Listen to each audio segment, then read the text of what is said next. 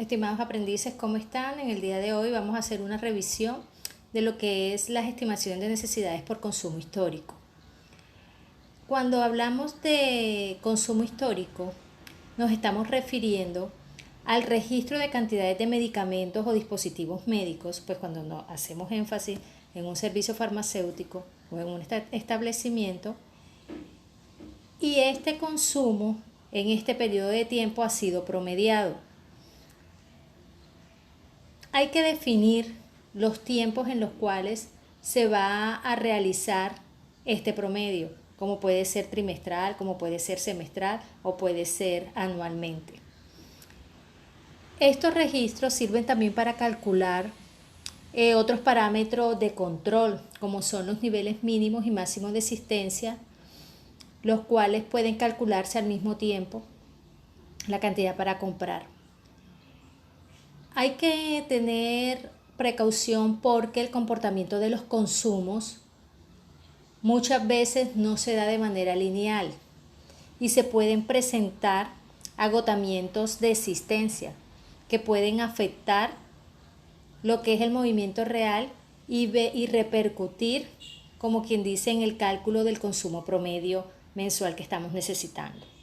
Entonces, cuando no hay una información de algún producto en un periodo de tiempo, no se tiene en cuenta en el promedio si este ha sido por faltantes o desabastecimiento.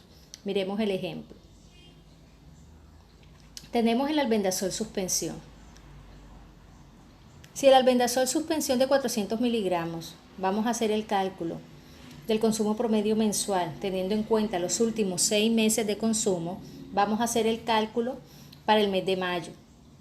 Nosotros miramos los consumos de noviembre, de diciembre, de enero, de febrero, de marzo y de abril. Nos damos cuenta en el consumo de enero que está en cero, no tenemos información, pero dice que fue porque no hubo existencia. Cuando yo estoy haciendo el cálculo de mi consumo histórico y voy a promediar, yo no voy a tener en cuenta ese mes de enero cuando vaya a realizar el promedio, si fue porque no hubo existencia de producto. Entonces, si yo voy a calcular el consumo promedio mensual de estos meses, yo sumo todas las unidades, las de noviembre, diciembre, pues enero no hubo, febrero, marzo y abril, y divido entre 5.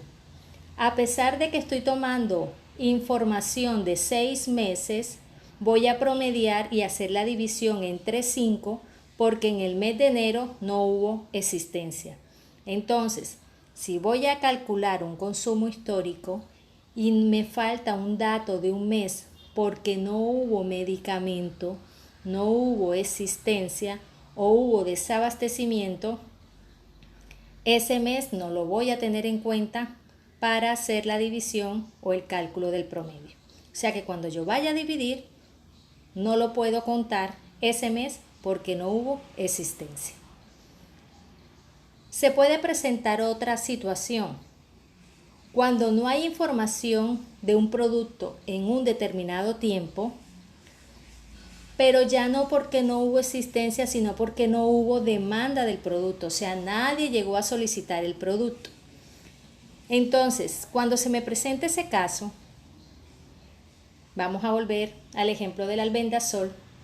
Los últimos 6 meses de consumo, tomado desde noviembre hasta el mes de abril, nos informa que en enero no tengo reporte, pero ese reporte no fue porque no hubo albendazol en el servicio.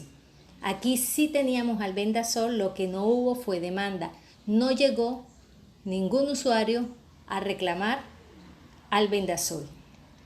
Entonces, cuando voy a hacer el cálculo del promedio mensual, ahí sí tengo en cuenta el mes de enero, porque fue que en realidad yo tuve el medicamento disponible, pero nadie llegó a solicitarlo. Entonces, en ese caso, sí tengo en cuenta el mes de enero para el promedio. Entonces, sumo también las cantidades desde noviembre hasta el mes de abril, pero divido entre ¿cuánto? Entre los 6 meses. Ahí sí incluyo el mes que tengo en cero. ¿Por qué? Porque tuve medicamento, pero no se presentó demanda. Cuando hago la suma de los meses desde noviembre a abril, me dice que son 1.650 unidades. Al dividirlo entre 6, que son los 6 meses, me da un consumo promedio mensual de 275 unidades de albendazol suspensión de 400 miligramos. Entonces, estimados aprendices, el proceso de cálculo para el consumo histórico, para calcular ese consumo promedio mensual por consumo histórico, es muy sencillo. Solamente sumar los datos de los meses del que he establecido para hacer el cálculo, sean 6 meses, 3 meses o un año, y lo divido entre el número de meses basados en los cuales estoy tomando la información. ¿Cuáles son las variaciones?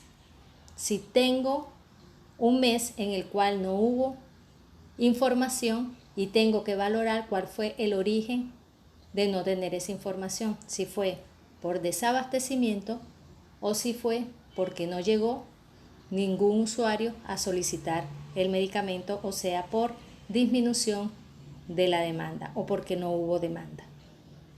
Bueno, esperando que la información haya sido clara, ahora manos a la obra a realizar la actividad que tienen delegada para el día de hoy. Muchísimas gracias.